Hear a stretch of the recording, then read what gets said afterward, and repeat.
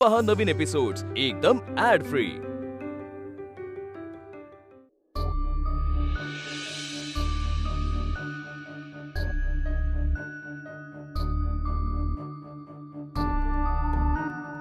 बाळबा पोरगी लहान होती हो, असं कसं झालं? बरं काही लागलं तर कळवा हं? हो, या गावाला ना नजरच लागली आहे कोणाची तरी. पाटील निघूया आपण. येतो आम्ही हं?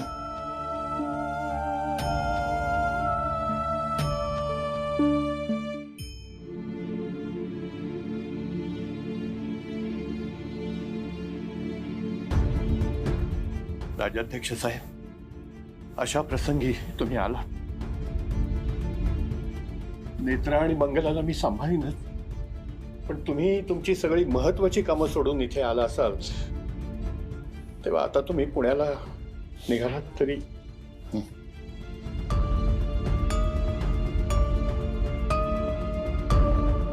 अद्वैत, आपण निघूया. निघूयात. नाही थांबा साहेब, तुम्ही नका जाऊ. शेखर साहेबांना जाऊ द्या, पण तुम्ही नका जाऊ. तुम्ही इथेच थांबा. नेत्रा, साहेब मी इथे आहे ना, मग तुम्ही एकटे तिथे कसे जाणार? म्हणजे माझ्याशिवाय तुम्ही घराबाहेर सुद्धा नाही पडू शकणार. त्यामुळे त्यांना इथेच थांबू दे. तुम्ही इथेच थांबा, माझ्या डोळ्यांसमोर थांबा. हा नेत्रा बाळा, तुझी काळजी समजू शकतो ग मी. तू अद्वैत साहेबांचं सुरक्षा कवच आहेस, पण त्यांची इथे गैरसोय होईल ग. पण हवा, मी एकटे कसं जोडू ना त्यांना? नेत्रा, तू आई आबांची काळजी घे, अद्वैतची काळजी मी घेईन. पण मी एकटं नाही सोडू शकणार ना यांना.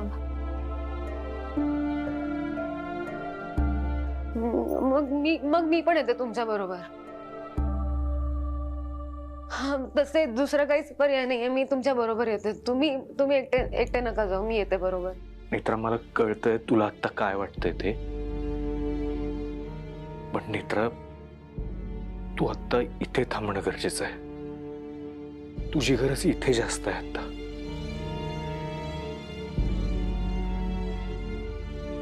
साहेब बरोबर आहे तुमचं. आई आबांना गरज आहे माझी, पण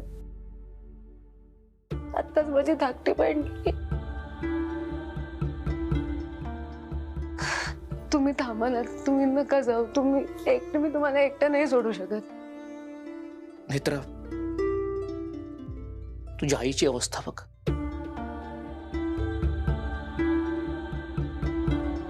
आणि हेवाच्या कार्यात तुझी मदत लागेल. तू थांब इथे. तुमचं बरोबर आहे, पण मी काय करू? अद्वैत साहेबांबरोबर राहणं माझं कर्तव्य आहे. आई आबांबरोबर राहणं कर्तव्य. मी काय करू? ते काय करू मी?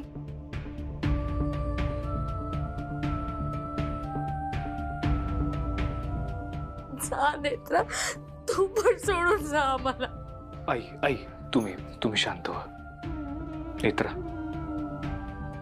जरा 2 मिनिटं ये बाहेर, मला बोलायचंय तुझ्याशी.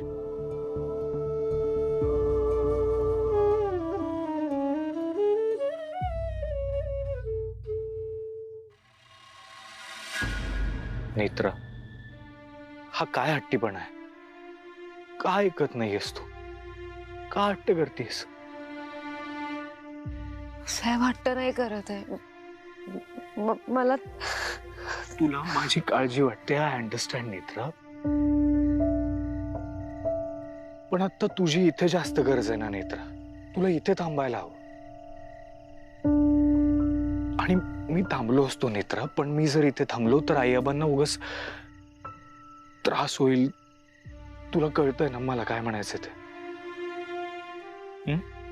मी घेईन ना काळजी माझी. मी खरंच काळजी घेईन माझी. माझं नाही ऐकणार आहेस तू? नाहीतर आम्ही काय करू म्हणजे ऐकशील तू माझं? काय करू मी?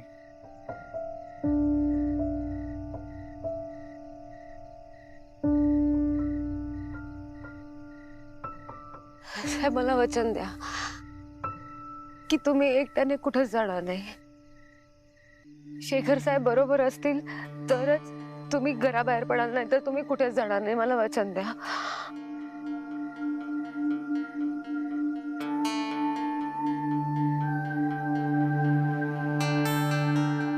मी तुला प्रॉमिस करतो बॉडीगार्ड, मी एकटा कुठेही बाहेर जाणार नाही आणि बाहेर गेलो तरी बाबांबरोबर जाईन.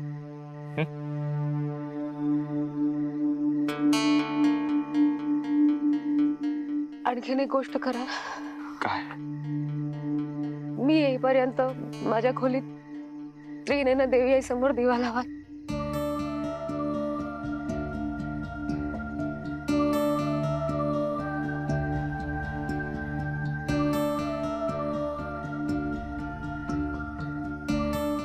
साहेब माझा हट्ट समजा वाटल्यास,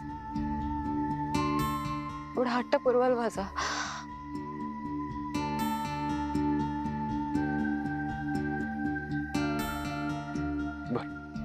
ओके, मी त्रिनयना देवी समोर रोज दिवा लावेन तुझ्यासाठी. पण तू काळजी घेशील तुझी, आई आबांची. पण साहेब तुम्ही मला वचन दिलंय, एकट्याने कुठेच जाणार नाही आणि जिथे कुठे जाल फक्त फक्त शेखर साहेबांबरोबर, बाकी कोणाबरोबर नाही. शेखर साहेबांबरोबर. होय हो. साहेब तुम्हाला काही झालं तर मला नाही सहन होणार. मित्रा, मी तुझ्यापासून लांब कुठेही जाणार नाहीये. माझ्या बॉडीगार्ड पासून मी असं लांब जाईन का?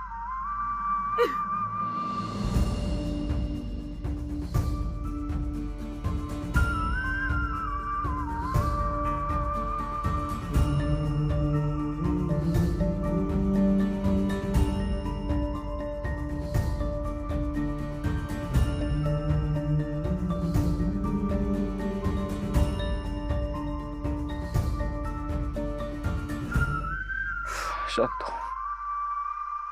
हे बघ, मी आहे आणि मी असेन.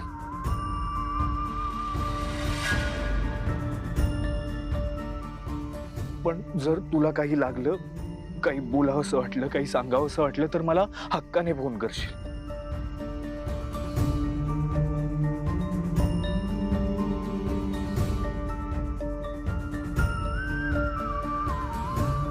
निघावं लागेल. जाऊ ना मी बाबांबरोबर? नक्की. चल.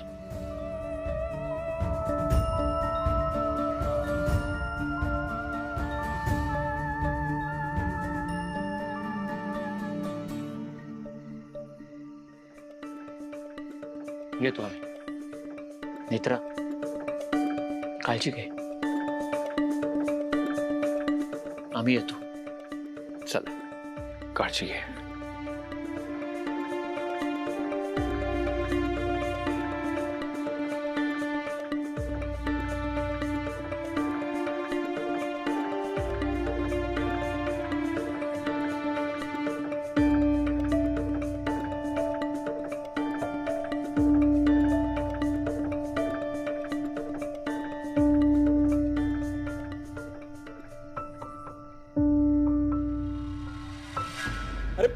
माहित नाही सांगतो म्हणजे खरंच माहित नाही आहे यार. तू सांगितलंस म्हणून इतकी रिस्क घेऊन मी त्या वावशीला गेलो. आता ती नेत्रा आल्यानंतर आतमध्ये काय वार्ता झाली मला खरंच माहित नाही. झालं काय फायदा झाला अनिलला वावशीला पाठवून? त्यापेक्षा मी गेलो असतो तर. हे मग काही बोलली असेल का नेत्राला? तुला मी कुठल्या भाषेत सांगू बायको? अरे मला खरंच माहित नाही. मी सांगू? तुझा काय संबंध आहे? तू गेला होतास का तिकडे? नाही, मी गेलो नव्हतो. पण मला असं वाटतंय की हेमाने नेत्राला सगळं सांगितलं असेल. आणि जर का तसं झालं असेल ना ताई, तर तुझं सगळं सत्य बाहेर येईल आणि मग शेखर काही तुला तिथे राहू देणार नाही. पण ताई तू काळजी करू नकोस. तू इथे माझ्या घरी येऊन राहू शकतेस आरामात, काहीच प्रॉब्लेम नाही. जरा गप्प बस रे तू बंटी. ए तू आधीच माती खाऊन झालायस ना, मग तोंड बंद ठेव ना. आता तोंड उघडलंस ना तर ते दात असे घशात घालील. ते माझ्याच घरात राहून तू मलाच धमकी देतोयस. अच्छा ये चल चल चल बाहेर चल. नाही धमकी देतो आणि जरा खर्चा पाणी पण देतो. ये तू मला खर्च ये ना, हे बघ, हे बघ, इथे इथे.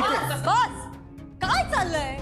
वेळ काय, काळ काय, परिस्थिती काय आहे, माझी अवस्था काय आहे, जरा तरी विचार करा. बायको मला सांग, तुला शेखरचा फोन आला का? नाही, मग थंड घे ना. मला शेखरचं वागणंच विचित्र वाटायला लागले.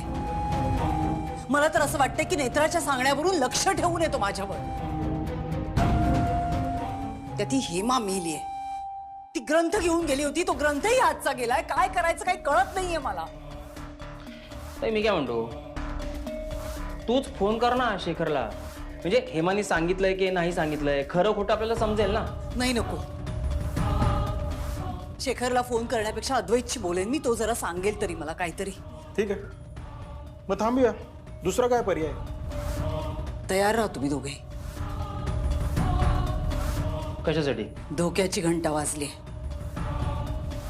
काहीही होऊ शकतं. सावध राहायला हवं. कुणाचा तरी जीव घ्यायची वेळ सुद्धा येऊ शकते.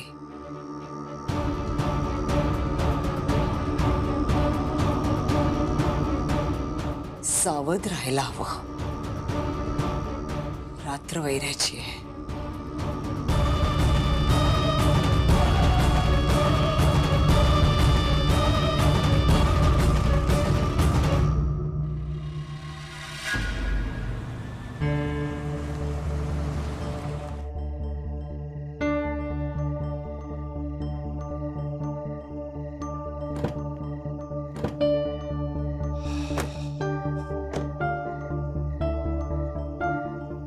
अरे गाडी का थांबवलीस?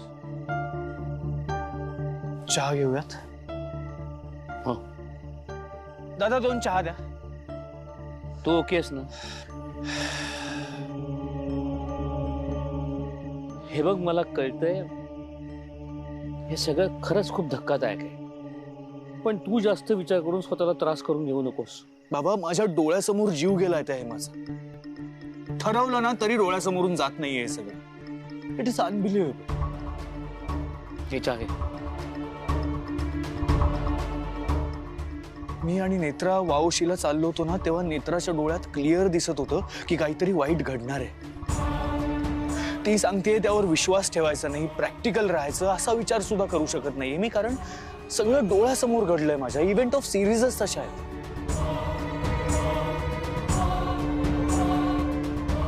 मित्रा नेमकं काय म्हणाले?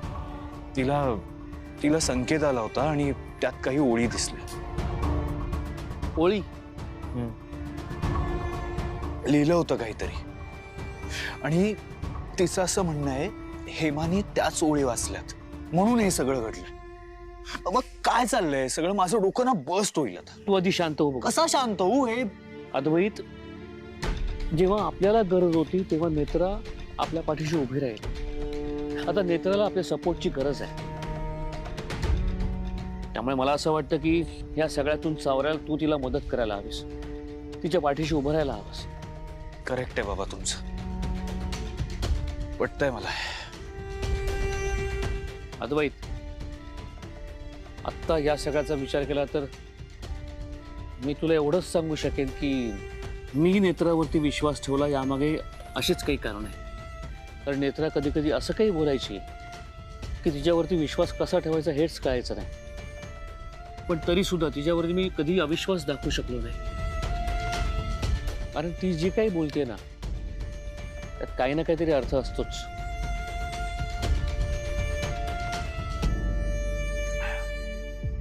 निघायचं? दादा,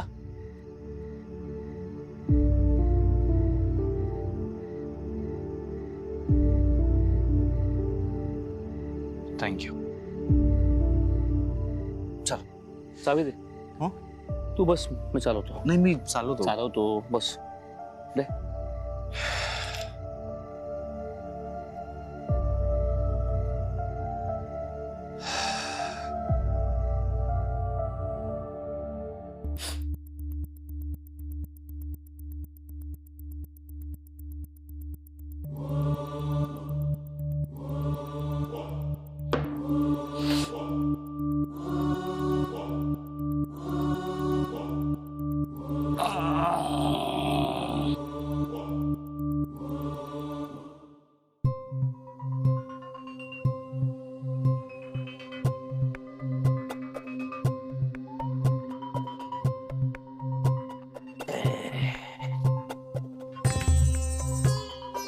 काय आहेस तू?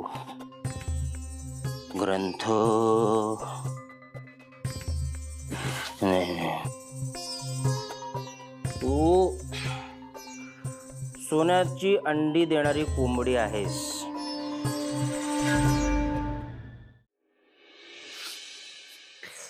काय आहे ना, ताईने माझ्याकडनं काम करून घेतलं आणि सगळं घातलं त्या अनिलच्या घशात.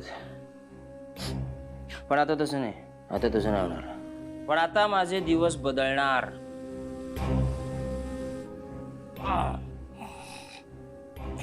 आता मी मालामाल होणार आणि तू मला मालामाल करणार. मी तुला उघडणार नाही, वाचणार तर अजिबातच नाही. कारण जो हा ग्रंथ वाचतो तो मरतो. आधीच एक जण गचकलाय आणि ताईनी अर्थ पण लिहून घेतलाय. काय लिहिलंय त्याचा? ठीक आहे, ताईचं काय व्हायचं ते होईल.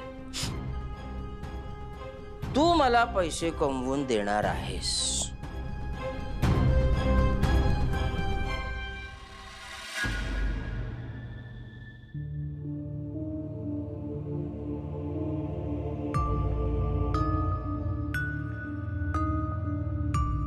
आई,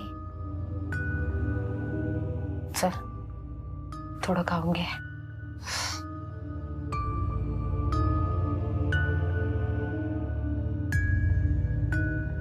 ऐक माझं असं नको करू, 2 घास खाऊन घे. मी खाल्ल्याने हेमा परत येणार आहे का?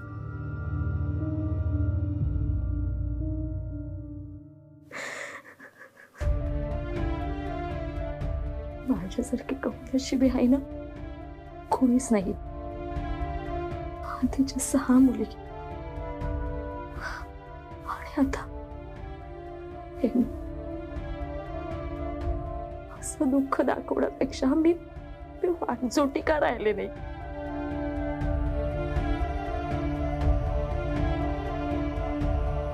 टोचून टोचून मारलं हेमा. असं का झालं असेल नेत्रा हेमासोबत? गावकरी सांगत होते की तिला अग्नी दिला तर अग्नीतून काळा धूर बाहेर पडत होता. का झालं असेल असं हेमाबरोबर? आई तू जाऊन थोडा वेळ आराम कर. चल उठ उठ उठ, त्रास नको करून घेऊ. कधीची अशीच बसूनच काही खात पीत नाही आहेस. चल जाऊन पड थोडा वेळ. उठ. आई तू जा बरं, तुला शपथ आहे माझी.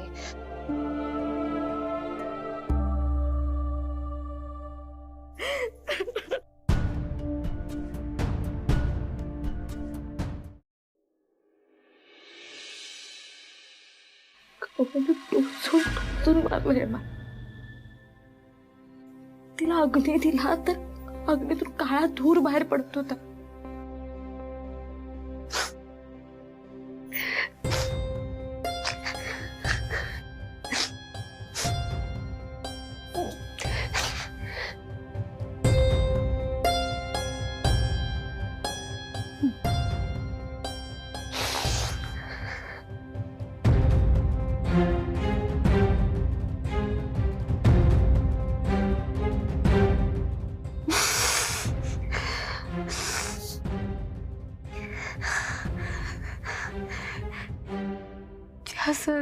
दिव्य दृष्टी ज्याच्या वसे ते विठ, ते असं मिळालं ही पोथी वाचण्याची उपम्य.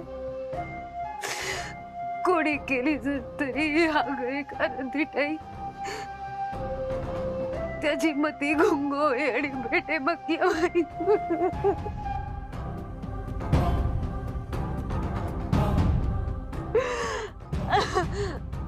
आबा, या चोळीतमुळे आपल्या हेमीला मृत्यूने गाठलं. या चोळीने आपल्या हेमीचा जीव घेतला.